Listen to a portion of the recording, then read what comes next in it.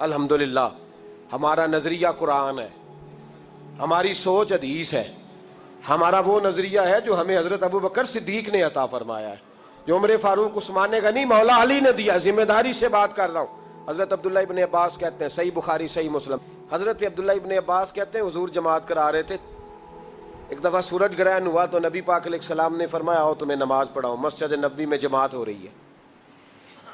ایک حدیث میں لفظ ہے کہ قیام، حضور کھڑے تھے قیام کی حالت میں، اور ایک لفظ یہ ہے کہ حضور رکوع گئے اور دوبارہ اٹھے، اور کھڑے کھڑے حضور نے پتہ کیا کیا، اپنا سیدھا پیر تھوڑا آگے کیا، قدم مبارک، اور پھر حضور نے بازو اپنا فضا میں بلند کیا۔ صحابہ کہتے ہیں ہم نماز میں کھڑے ہیں پیچھے، ہم دیکھ رہے تھے، تھوڑی دیر تک حضور کا ہاتھ لہراتا رہا، حضور نے کچھ سوچا، پھر دست مبارک کو واپس لے آئے، نماز پڑھائی۔ کچھ لوگ تو چلے گئے، جو حقیقت جاننے والے تھے وہ ذرا قریب قریب بیٹھنے لگے، کوئی یہاں بیٹھتا ہے، کوئی وہیں بیٹھتا ہے، کوئی قریب آتا ہے، کوئی جاتا ہے۔ حضور بڑا جانتے تھے غلاموں کے حالوں کو، فرمانے لگے چلو پوچھو جو پوچھنا چاہتے ہو، دائیں بائیں نہ بیٹھو، جو بات ہے کرو۔ عرض کی حضور آج سمجھ نہیں آئی، نماز میں آپ نے پہلے پیر آگے کیا، پھر ہاتھ اٹھایا، پھر واپس لے آئے، سمجھ نہیں آئی۔ میرے رسول کریم صلی اللہ تعالی وسلم نے فرمایا چلو چھوڑو، کیا کرو گے پوچھ کے۔ کہتے ہیں باقی تو چپ کر گئے۔ حضرت انس بن مالک چھوٹے بچے تھے، اٹھ کے قریب آئے، غلام تھے، حضور پیار کرتے تھے، کہنے لگے نہیں یا رسول اللہ سب کا دل کر رہا ہے، آج ذرا بتا دیں۔ تو میرے محبوب پاک نے بتایا تیرے لیے 2-4 قدم عرش بری ہے۔ سید عالم علیہ السلام فرمانے لگے جب میں قیام میں تھا تو میری نظر اٹھی، ذرا میں نے اوپر دیکھا تو میری نظر جنت میں چلی گئی۔ کہاں کھڑے ہیں حضور؟ بول کے بتائیں، بول کے۔ کہاں کھڑے تھے؟ مسجد نبوی میں۔ فرمایا نظر اٹھائی تو میری نظر جنت میں۔ حضور فرماتے ہیں میری نظر پڑی تو جنت میں انگوروں کا ایک خوشہ لٹک رہا تھا۔ لوگ تو کہتے ہیں نا گئے کیسے، میں کہتا ہوں روز جاتے تھے، روزانہ انگوروں کا گوشہ لٹک رہا تھا۔ حضور فرماتے ہیں مجھے بڑا اچھا لگا، میں نے اسے ہاتھ ڈال دیا۔ فرماتے ہیں جب میں نے دبوچ لیا نا، پکڑ لیا، یعنی حضور فرماتے ہیں میری صرف جنت میں نظر نہیں جاتی، میرا ہاتھ بھی جاتا ہے، اور مجھے کوئی روکتا نہیں، مجھے مالک جنت سے پوچھنے کی ضرورت نہیں، اس لیے کہ جس رب نے جنت بنائی ہے اس نے بنا کے اپنے نبی کو اختیار عطا فرمایا ہے۔ حضور فرمانے لگے میں نے پکڑ لیا تھا اور میرا دل کیا کہ میں اتار کے لاؤں، میرے غلام کھائیں۔ اور صحابہ کہتے ہیں حضور بتا رہے تھے تو چہرہ مبارک چمک رہا تھا۔ فرمانے لگے اگر میں اتار کے لے آتا تو تم قیامت تک کھاتے رہتے، تم سے ختم ہی نہیں ہونا تھا۔ تو صحابہ کہتے ہیں ہماری دلچسپی اور بڑھ گئی، حضور پھر توڑا کیوں نہیں؟ تو محبوب فرمانے لگے اس لیے نہیں توڑا کہ جنت راز ہے تو راز ہی رہنا چاہیے، جنت راز ہے تو یہ راز ہی رہنا چاہیے، اللہ کے رازوں سے پردہ نہ اٹھے تو بہتر ہے۔ اور میرے بھائی جو محبوب زمین پہ کھڑے ہوں اور ہاتھ لہرائیں تو جنت تک جاتا ہے، تو انہیں جنت میں جانے میں دیر لگتی ہے، انہیں اللہ کے عرش الہی کے قریب جانے میں دیر لگتی ہے۔ عجیب۔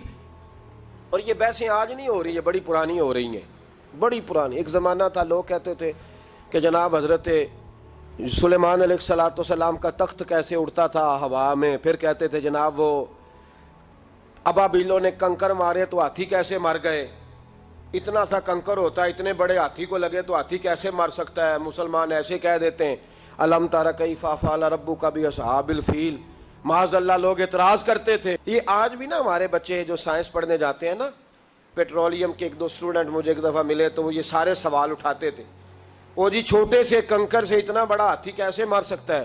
پھر کچھ وقت نکلا تو بندوق کی گولی ایجاد ہو گئی، پھر کہنے لگے نہیں پریشر سے لگے تو مر جاتا ہے، پریشر سے لگے تو گولی کتنی ہوتی ہے، وہ کنکر سے بھی چھوٹی ہوتی ہے۔ کہنے لگے نہیں پریشر سے لگے تو، پھر اس وقت کی عقلیں چوپ ہیں، اب دوبارہ ابابیلوں پہ اعتراض نہیں آیا۔ پھر کہتے تھے حضرت سلیمان کا تخت 4 بندے بٹھا کے کیسے اڑتا تھا، اب جب سے جہاز ایجاد ہوا ہے نا، وہ 550 بندہ بٹھا کے اڑنا شروع کر دیتا ہے، اور ان کا سامان بھی 30-30 کلو۔ اب دوبارہ کسی نے حضرت سلیمان کے تخت کا نام، کیا خیال ہے آپ کا؟ چلے وہ تو بات ہے نا حضور کے براق کی، رف رف کی، حضور کے جانے کی، کسی کی سمجھ میں جہاز آیا کبھی؟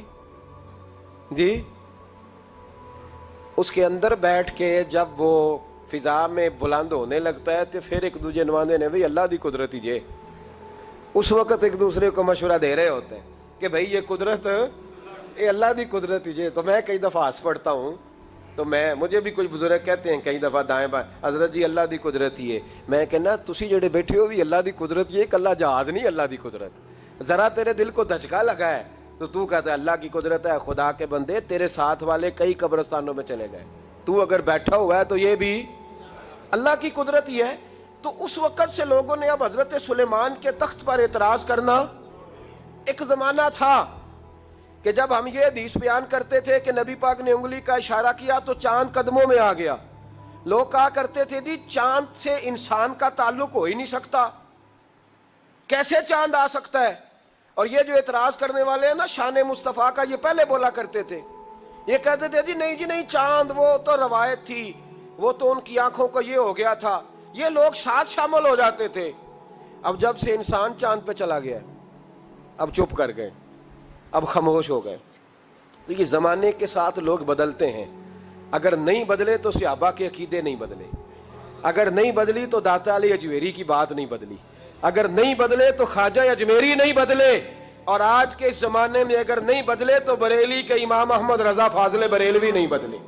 وہ جو پہلے دن کہتے تھے وہ آج بھی وہ کہتے تھے مصطفیٰ جان رحمت پہ, اور لفظ پہ غور کریں, جان رحمت عام نہیں, رحمت کی بھی, مصطفیٰ جان رحمت پہ, شم بزم ہدایت پہ لاکھوں, اور جس کو بارے دو عالم کی پرواہ نہیں ایسے بازو کی قوت پہ.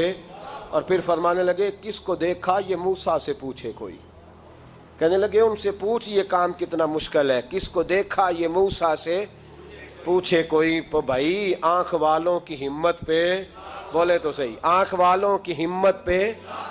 فرمانے لگے یہ تو میرے محبوب کی ہمت ہے.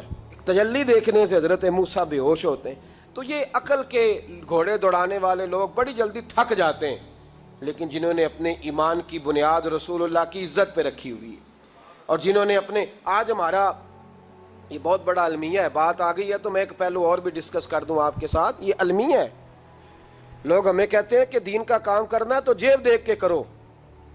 رب ہمیں کہتا ہے کہ جو تمہاری جیب میں ہے وہ تو چند آنے ہیں, اور تمہارے رب کے پاس خزانے ہیں.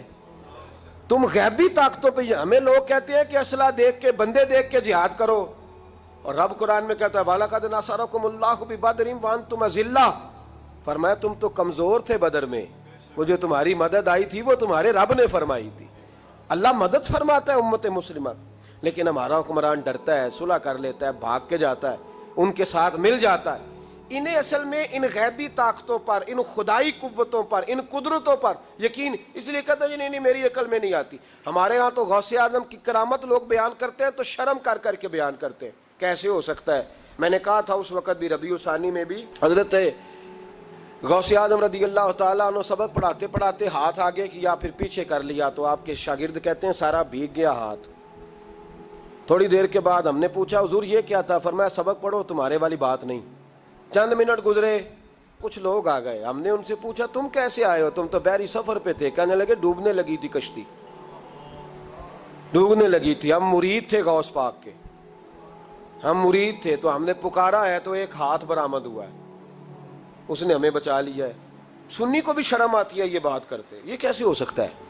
غوث پاک سبق بھی پڑھا رہے تھے, وہاں بھی تھے. مجھے بھی لوگ روک کے پوچھتے ہیں جناب یہ کیسے ہے؟ تو میں نے کہا یہ اس لیے تو نے پوچھا ہے کہ تو نے قرآن پاک نہیں پڑھا. تو شرم نہیں تجھے آتی بات کرتے کہ غوث اعظم کی کرامت پہ تو کانوں کو کھجلی کرتا ہے؟ رسول اللہ کے غلام کی کرامت تجھے ہضم نہیں ہوتی؟ حالانکہ تو روز سورہ نمل کے اندر پڑھتا ہے کہ حضرت آصف بن برخیہ کو جناب سلیمان نے کہا تخت لاؤ, نہ وہ غائب ہوئے نہ وہ وہاں سے گئے, اور آیا کتنی دیر میں؟ آنکھ جھپکنے سے آیا کہ نہیں آیا؟ پہنچا کہ نہیں؟ ماننے والا مسلمان کے غیر مسلم, نہ ماننے والا کافر. تو حضرت سلیمان کے غلام کی شان تو مانتا ہے, اور رسول اللہ کے غلام کی عظمت کی باری آتی ہے تو دکانوں پہ کھجلی کرتا ہے. او خدا کے بندے, یہ تو حضرت سلیمان کے امتی ہیں, اور میرے مصطفیٰ نے فرمایا علماء امتی کا انبیاء بنی اسرائیل. میری امت کا عالم اس طرح ہوگا جس طرح بنی اسرائیل کا نبی ہوا کرتا تھا. تو ہم لوگوں کا نظریہ کدھر گیا؟ شرم سے بیان کرتے ہو؟ ہم نہیں شرم سے بیان کرتے، ہم کھل کے کہتے ہیں خدا کے فضل سے ہم پر ہے سایہ غوث اعظم کا، کھل کے اعلانیہ، خدا کے فضل سے ہم پر ہے سایہ غوث اعظم کا. ہمیں دونوں